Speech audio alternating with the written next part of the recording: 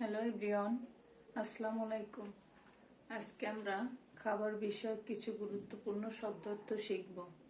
চলুন শুরু করা যাক।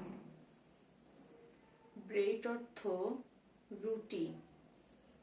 ব্রেকফাস্ট সকালের খাবার বা নাস্তা। বাইলি অর্থ জব। বন অর্থ বনরুটি। বয়েলড রাইস অর্থ ভাত।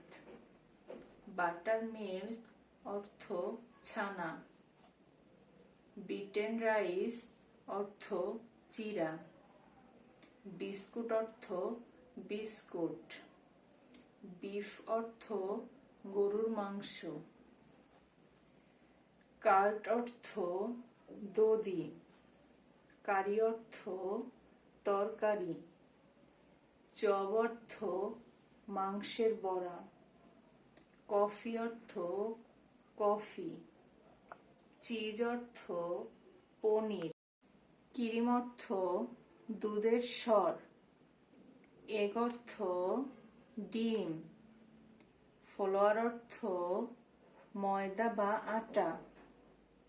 ফ্রাইড রাইস অর্থ মুড়ি।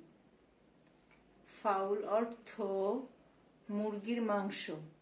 আজকে এ পর্যন্তই, দেখা হবে পরবর্তী ক্লাসে।